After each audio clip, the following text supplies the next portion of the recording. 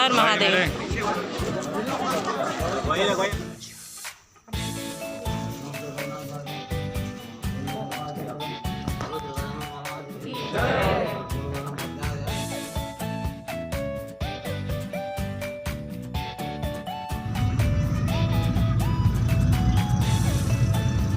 इस पर हनुमान सेतु है, यही हनुमान सेतु है, उस पर हनुमान जी का मंदिर है, इधर तुम्हारा है। तो जैसे कि हमको पता है फ्रेंड्स कि आज महाशिवरात्रि है और आज की रात्रि जो होती है बाबा भोलेनाथ के लिए और माँ पार्वती के लिए ही होती है। तो आज हम रात्रि की पूजा के लिए निकले हुए हैं और हम चाह रहे थे कि हम आप लोगों से भी शेयर करें कि हम जहाँ जा रहे हैं आप लोगों को भी उसके बारे में जान। तो ये देखिए मनकामेश्वर मंदिर के दर्शनों के लिए बहुत भीड़ लगी हुई है, बहुत लोग आए हुए हैं। जैसे कि मान्यता है कि मनकामेश्वर में सभी मनोकामनाएं पूर्ण होती हैं।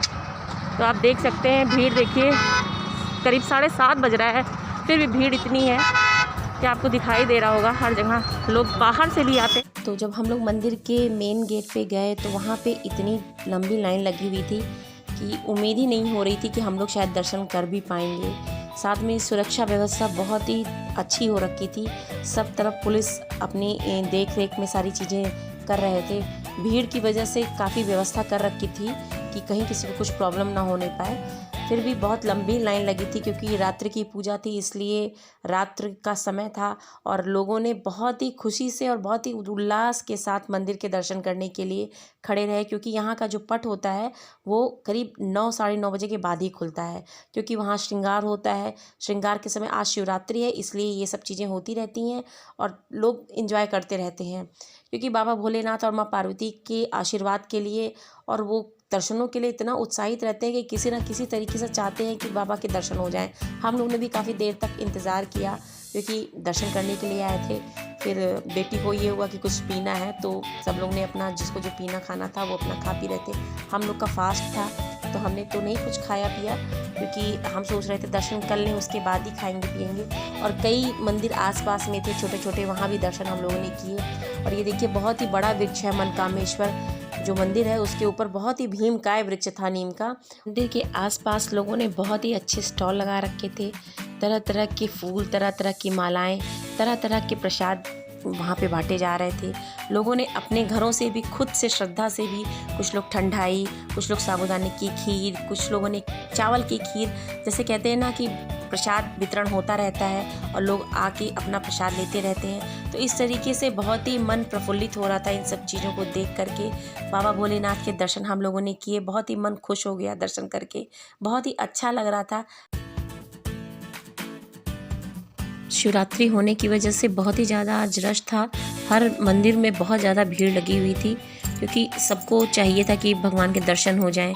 सब अपनी इच्छा लेकर के मंदिर में आते हैं और वो चाहते हैं कि एक बार ईश्वर के दर्शन हो जाएं तो उनकी कुछ इच्छा ज़रूर पूरी हो जाएगी। तो समझ लीजिए बहुत ही अच्छा भी लग रहा था, मगर थोड़ा सा एक मन में रहता है कि हाँ बच्चे हैं मेरे छोटे छोटे, कहीं उनको कुछ तकलीफ़ ना हो जाए। तो इसलिए हम लोगों ने जल्दी जल्दी से पूजा करके वहाँ से हटे। और कोरोना भी चल रहा था, उसका भी बहुत ज़्यादा ध्यान रखना था। बहुत लोग तो ऐसे ही चले आ रहे थे बिना मास्क के, मगर हम लोगों ने पूरा जो कोरोना प्रोटोकॉल है उसको फॉलो किया और बहुत ही अच्छी तरीके से दर्शन किए। मगर जाते वक्त भी मैंने देखा कि हम लोग जब आए थे तो लाइन तो थी ही, जब आने लगे तो ट्रिपल लाइन लग चुकी थी। तो मतलब ये मान के चलिए हम लोग लौट के गए हैं 10 साढ़े 10 बज रहा था और उसके बाद भी लोग इतनी लंबी लाइन लगाए थे। पर अब इनको जाना था, इस वजह से हम जल्दी करके ही वापस आ गए क्योंकि हमको तीसरे पहर की भी पूजा करनी थी। बहुत ही रश है और मुझे तो पता भी नहीं था, मैं तो फर्स्ट टाइम इधर आई हूँ। इतनी लंबी लाइन लगी हुई है कि दर्शन करना समझ लीजिए कि बहुत ही अपने आप में बहुत बड़ी बात हो जाएगी। साथ के साथ बगल में हनुमान सेतु है, वहाँ भी हनुमान जी के दर्शन करने थे क्योंकि मंगलवार था। तो ये हुआ कि इतनी दूर आए हैं तो हनुमान सेतु के भी दर्शन कर लेते हैं, क्योंकि ये है कि वहाँ पे एक नीम करोली बाबा जी हैं जिनका नाम आप लोगों ने सुना होगा, काफ़ी प्रसिद्ध है वो। क्योंकि उनको दर्शन में हनुमान जी ने दर्शन दिया था कि इस जगह पे हनुमान सेतु के पास ही एक मूर्ति है हनुमान जी की। जब खुदाई हुई तो वहाँ पे भगवान हनुमान जी की मूर्ति निकली और तब से ही वहाँ पे पूजा जो होती है हनुमान जी की बहुत विधिवत तरीके से होती है। हनुमान सेतु में जाने के बाद बच्चों ने हनुमान चालीसा पढ़ी, थोड़ी देर के लिए वहाँ पे बैठे, क्योंकि बहुत ही अच्छा लगता है ऐसी सिद्ध जगह पे जाना जहाँ पे आपका मन जो है एक अलग ही तरीके से कार्य करता है। तो हम लोग वहाँ पे गए, थोड़ी देर वहाँ बैठे और बैठने के बाद दर्शन करने के बाद बच्चों ने तो बहुत ही एंजॉय किया, क्योंकि वहाँ गुरुकुल था, बच्चे थे वहाँ पे जो पूजा करते थे शास्त्रों का, जिन्हें बहुत ही ज़्यादा ज्ञान है, उनके बारे में भी बच्चों को मैंने बताया। तो और काफ़ी भव्य तरीके से मंदिर को सजाया गया था। शिवरात्रि तो थी ही और मंगलवार होने की वजह से यहाँ भी बहुत ज़्यादा भीड़ होती है, बहुत लोग दर्शनों के लिए आते हैं, क्योंकि कहते हैं यहाँ भी बहुत सिद्धि प्राप्ति होती है। तो यहाँ पे आइए तो आपका मन बहुत ही शांत और बहुत ही ज़्यादा प्रफुल्लित हो जाता है। तो इसलिए कभी भी आप लखनऊ आइए तो हनुमान सेतु के दर्शन करिए, और उसी के थोड़ी ही दूरी पर मनकामेश्वर के दर्शन भी आपको हो जाएंगे। तो ये देखिए यहाँ पे बगल में, ये देखिए कई छोटे छोटे मंदिर बने हुए हैं वहाँ हनुमान सेतु में। तो वहाँ पे भी एक छोटा सा था शंकर जी का मंदिर। छोटा क्या, मंदिर तो मंदिर होता है, छोटा या बड़ा, मगर कहते हैं ना शांति जहाँ पे मिले वही मंदिर है। तो ये मंदिर ऐसा था कि यहाँ पे आप पहुँच करके आपको बहुत ही सुकून मिलने वाला है। तो यहाँ दर्शन करने ज़रूर आइए। और ये बच्चे जो हैं ये हैं शास्त्री, जिनको अपने गुरुकुल में रखा जाता है, हनुमान सेतु के गुरुकुल में, और बहुत ही अच्छे तरीके से इनको अध्ययन कराया जाता है और काफ़ी ज्ञान इनको होता है। और वहीं पे देखिए राम दरबार तो होता ही है, जहाँ हनुमान जी हैं वहाँ राम दरबार ज़रूर होता है। और ये है नीम करोली बाबा जी। तो इन्हीं की वजह से इस मंदिर की स्थापना हुई, क्योंकि इन्होंने ही सपने में देखा था कि यहाँ पे हनुमान जी की मूर्ति है। तो ये है हमारे हनुमान जी और ये हैं राम सीता जी। बहुत ही सुंदर और बहुत ही अच्छी तरीके से बनाया गया है मूर्तियों को। कभी आपको मौका लगे तो ज़रूर दर्शन करने आइए, बहुत ही अच्छा है और मेन लखनऊ में है। और ये है नीम करोली बाबा जी, इनको भी सत सत प्रणाम कि इनकी वजह से यह बहुत ही सुंदर धाम बन गया है। तो ये देखिए नीम करोली बाबा जी का भी बनाया गया है, जिसमें उनकी मूर्ति रखी गई है। और ये हैं गणेश जी और साथ में लक्ष्मी जी, सभी लोग की मूर्तियां स्थापित की हुई हैं। बहुत ही सुंदर मंदिर है हनुमान सेतु का, जो कि गोमती नदी के किनारे ही बसा हुआ है, और मनकामेश्वर भी गोमती नदी के किनारे ही बसा हुआ है। हम लोगों ने इनके दर्शन किए और दर्शन करने के बाद मैं सीधे अपने घर के पीछे दर्शन करने गई, क्योंकि सुबह शाम दोपहर तीनों समय जो पूजा होती है, क्योंकि ये तो नॉर्मल पूजा होती है, मगर जो शिवरात्रि की पूजा होती है वो 7 बजे के बाद से की जाती है, क्योंकि इनकी जो तीन पहर की पूजा होती है वो शाम के बाद ही आरंभ होती है। तो इस तरीके से हम लोगों ने पूजा की। ये दूसरे पहर की पूजा थी, क्योंकि सुबह हम लोग सुबह से ही मंदिरों में जा रहे हैं दर्शन करने के लिए, तो इनको भी टाइम दे दिया हमने, थोड़ा सा टाइम निकाला, क्योंकि पतिदेव मेरे मौजूद थे, हमारे साथ ही थे, तो बहुत ही अच्छा लग रहा था साथ में पूजा करते हुए। तो हमने अपने बाबा के, हरदेव बाबा की बहुत अच्छे से पूजा की, क्योंकि मंदिर खाली हो चुका था। तो हम लोगों ने मिल करके अपनी जो जो इच्छाएं थी सब भगवान जी से कहीं और मिल करके पूजा की।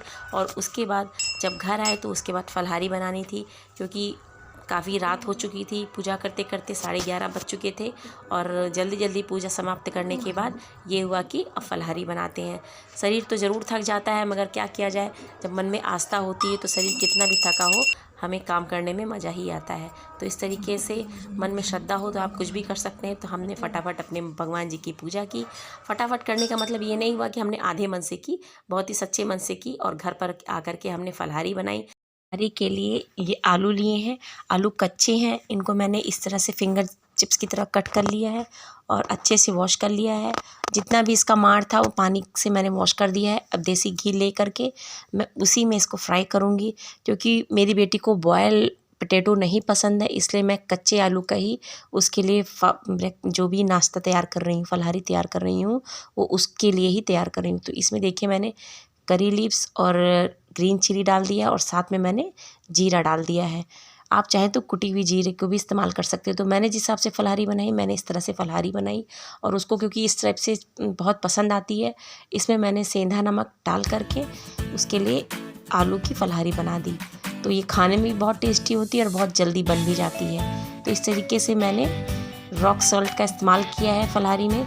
बहुत लोग नमक का सेवन नहीं करते हैं, मगर मैंने जो सेंधा नमक होता है उससे मैंने इसको बनाया हुआ है। ये बहुत ही अच्छा और टेस्टी है। और दूसरी तरफ मैंने अंजीर की खीर बनाई है, उसके लिए मैंने थोड़े से मखाने ले रखे हैं और थोड़े से ड्राई फ्रूट जो भी है, मैंने सब चीज़ों का इस्तेमाल किया हुआ है। और देखिए दूध मेरा बहुत अच्छे से खौल चुका था, तो मैंने इसमें मखाने डाल दिए, क्योंकि देर हो रही थी। शाम की पूजा, शाम की क्या, रात के 11 साढ़े 11 बजे जो तीसरे पहर की पूजा होती है, वो पूजा करने के पश्चात मैंने ये बनाया, क्योंकि हमको दिन भर कुछ नहीं खाना था, केवल रात में ही हम खाएंगे जो भी खाएंगे, तो इसलिए हमको ये बनाने में थोड़ा वक्त लग गया। तो इस तरह से मैंने खीर और थोड़ी सी मूंगफली और आलू को कुल्हार लिया था, और यही मैंने अपना जो नाश्ता होता है शाम का फलहारी वाला, वो मैंने बनाया और सबको खिलाया। तो इस तरीके से हमने महाशिवरात्रि को बहुत ही धूमधाम से सेलिब्रेट किया और हम लोगों ने खाया। अगर आपको ये वीडियो मेरी पसंद आई हो फ्रेंड्स, तो लाइक करिएगा और मन कामेश्वर के दर्शन करने ज़रूर आइएगा। तो आज के लिए friends tata bye bye and take care.